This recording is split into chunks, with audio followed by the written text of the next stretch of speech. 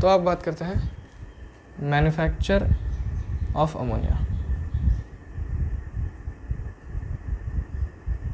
Ammonia, Haber's process. Spelling पे मत जाना, हेबर्स प्रोसेस। तो यहाँ पे देखो क्या क्या होता है। यहाँ पे एक नली, यहाँ पे दूसरी नली, ये दो नली के ये चीज़ें जुड़ गए, यहाँ से ये, यहाँ से ये, इधर से नीचे जाएंगे। यहाँ पे हम लोग को मिलता है कंप्रेसर, ठीक है, कंप्रेसर। यहाँ से फिर नीचे जाते हैं, यहाँ पर मिलता है हम लोग को कैटेलिटिक चेम्बर, जिसके अंदर कैटलिस्ट होता है, ये है कैटेलिटिक चेम्बर। उसके बाद हम लोग को मिलता है कूलिंग चेम्बर। कूलिंग चेम्बर में पाइप का डिज़ाइन कुछ ऐसा हो जाता है, कॉइल्ड होता है, कॉइल्ड होता है।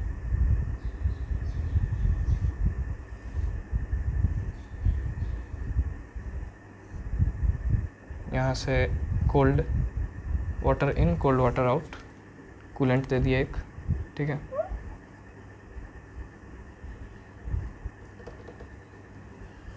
अब यहाँ से चीज़ें शुरू होती हैं। यहाँ से हम एक और चीज़ ये कर लेते हैं,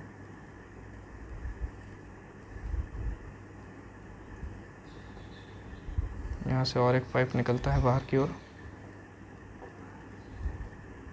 और वापस जा कर के यहाँ पे लग जाता है।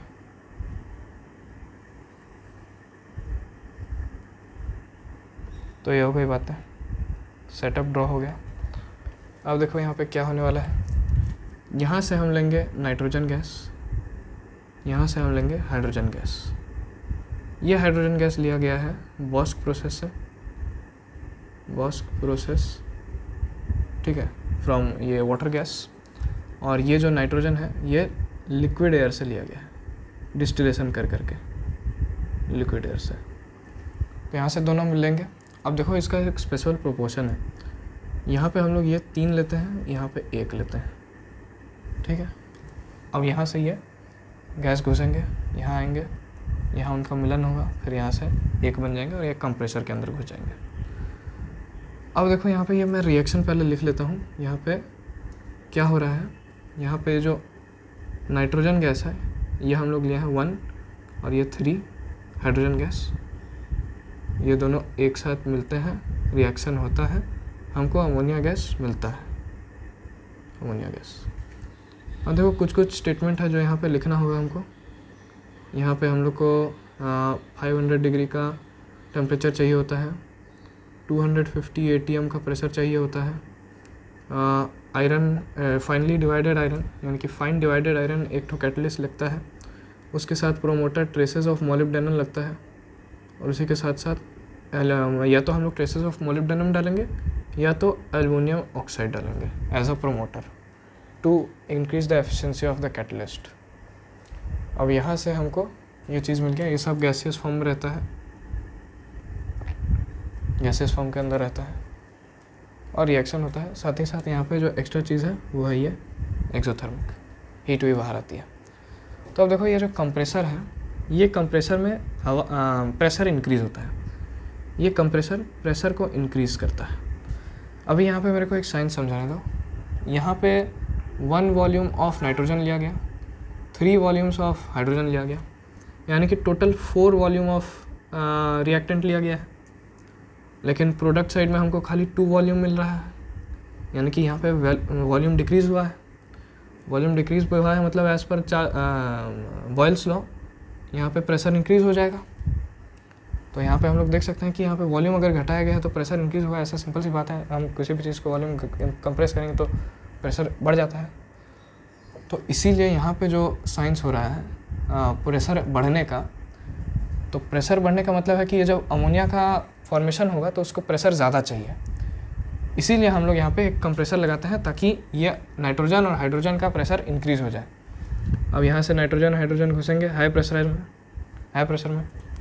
अब देखो ये है कैटलिस्ट, ये कैटलिस्ट है फाइनली डिवाइडेड आयरन, ठीक है, फाइनली डिवाइडेड इसीलिए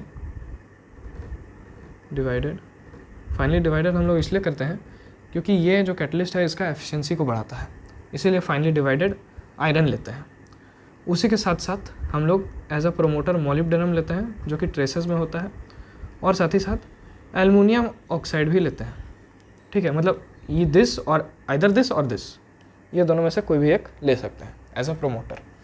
अब देखो ये जो कैटलिस्ट होता है ना, इसका हम लोग टेम्परेचर रखते हैं 500 डिग्री सेंटीग्रेड, जो कि इलेक्ट्रिकली किया जाता है।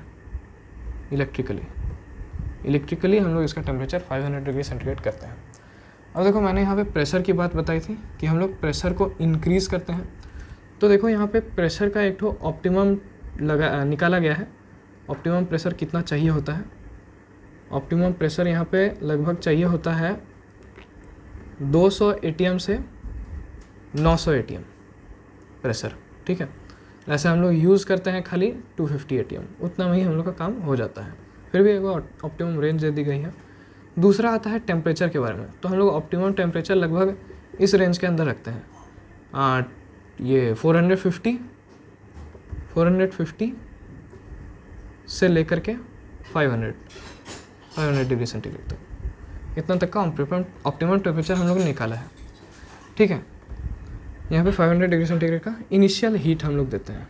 Initial heat as the reaction is exothermic, यानी कि यहाँ पे हीट बार बार निकलती रहेगी, इसलिए हम लोग को खाली इनिशियल हीट का दरकार होता है।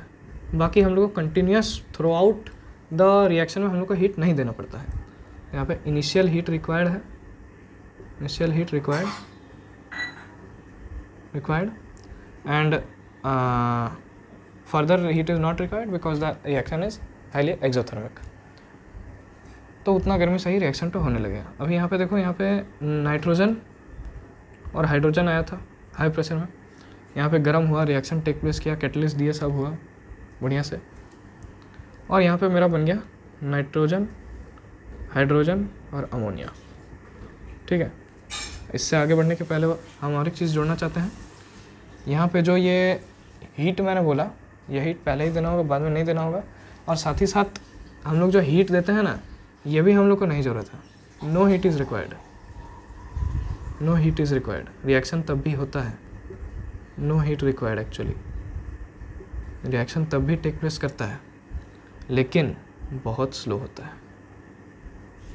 अगर हम लोग हीट नहीं देंगे, खाली थोड़ा सा मतलब लो टेम्परेचर में ही देंगे, लो हीट, तो भी रिएक्शन टेक प्लेस करेगी, लेकिन रिएक्शन बहुत स्लो होगा। इसीलिए हम लोग थोड़ा इनिशियल हीट ज़्यादा दे देते हैं ताकि जल्दी रिएक्शन हो, जल्दी बन जाए। और हम लोग को जल्दी काम इसलिए करना है क्योंकि ये बहुत रिवर्सेबल भी है, ये रिवर्स भी होते रह रहा है, इसीलिए हम लोग को ऐसा चीज़ करना पड़ता है। इतना सारा कैटलिस्ट और एफिशिएंसी इसका बढ़ाने के लिए प्रोमोटर लगाना पड़ता है। अब देखो यहाँ पे जो भी अमोनिया बढ़ता है ना, यहाँ पे नाइट्रोजन और हाइड्रोजन के साथ जो मिक्सचर हुआ, उसके बाद जो अमोनिया गैस बना, ये भी सिर्फ 15% ही बनता है। Only 15% of nitrogen and hydrogen is use to form ammonia. खाली 15% ही फॉरवर्ड बनता है, बाकी का बैकवर्ड ही रहता है, मतलब उतना नहीं बनता है, कम्प्लीटली इसका यूज नहीं होता है, खाली 15% यूज होता है।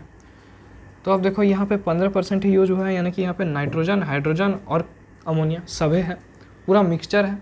अब हमको इस मिक्सचर से हमको खाली अमोनिया तो चाहिए, तो अमोनिया तो निकालने के लिए हम लोग दो चीज़ कर सकते हैं। या तो हम लोग अमोनिया को वाटर में घोल दें क्योंकि ये हाईली सॉल्युबल है, या तो हम लोग इस अमोनिया को लिक्विफाई कर लें बाय अमोनिया को एब्जॉर्ब करके, मतलब एब्जॉर्ब इन वाटर, या तो ये करके हम लोग निकाल सकते हैं, या तो दूसरा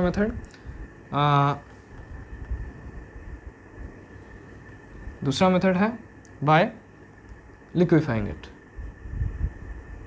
लिक्विफाई कर लो, लिक्विफाई अमोनिया। यहाँ पे लिक्विफाई करने का कंडीशन बहुत सिंपल है, 6 ATM pressure and 10 degree centigrade temperature, जो कि आराम से आप लोग प्राप्त कर लेते हैं, और यहाँ पे लिक्विड अमोनिया निकाल लेते हैं। लिक्विड अमोनिया यहाँ पे निकल जाता है, जो कि सिर्फ 15% रहता है। अब ये 15% में से जो भी नाइट्रोजन और हाइड्रोजन बचा, वो सब वेस्ट नहीं जाता है, ये सब को हम लोग फिर से यूज करते हैं। इसलिए यहाँ पे हम लोग लगा दिए हैं रिसर्कुलेटिंग पाइप। ये पाइप तो फिर से यहाँ पे खुलता है और नाइट्रोजन हाइड्रोजन फिर से रिएक्शन होता है। अभी यहाँ पे देखो ये चीज़ लेकिन इतनी सिंपल नहीं है। यहाँ पे अभी जो भी रिएक्शन हुआ था इस जगह पे, यहाँ पे नाइट्रोजन और हाइड्रोजन में कुछ कुछ इम्प्योरिटीज़ आ गई है। इम्प्योरिटीज़ जैसे कि नाइट्रोजन हाइड्रोजन इम्प्योरिटीज़ जैसे कि carbon dioxide, carbon monoxide and compounds of sulphur, compounds of sulphur specially H2S। अब ये सब क्या करता है ना, ये सब है कैटलिस्ट पॉइजन, कैटलिस्टिक पॉइजन। ये सब हमारे कैटलिस्ट को ख़राब करता है, पॉइजन करता है। तो इसीलिए इन सब को प्यूरीफाई करना ज़रूरी है, ये सब को हटाना ज़रूरी है। भले बुक में एक डायग्राम नहीं दिया है, लेकिन फिर भी हम अपना यहाँ पे बना ले रहे हैं एक ठो प्यूरीफायर, ठीक है। ये वाला चीज़ ज़रूरी होता है, प्यूरीफायर फॉर नाइट्रोजन और हाइड्रोजन। यहाँ से नाइट्रोजन हाइड्रोजन जाते हैं, यहाँ से अमोनिया गैस जाता है। तो यहाँ से नाइट्रोजन और हाइड्रोजन गैस जा रहा है, यहाँ पे प्यूरीफाई हो गया, purified nitrogen and hydrogen gas गया, इसके अंदर घुसा, यहाँ पे फिर से कंप्रेसर लगा दिया कंप्रेस करने के लिए, और यहाँ पे दोबारा से नाइट्रोजन हाइड्रोजन पार्ट ले लेता है रिएक्शन में, और लगभग 98% नाइट्रोजन एंड हाइड्रोजन यूज़ करके हम लोग बना लेते हैं अमोनिया गैस, ठीक है। ये सब चीज़ें होती हैं हेबर्स प्रोसेस में।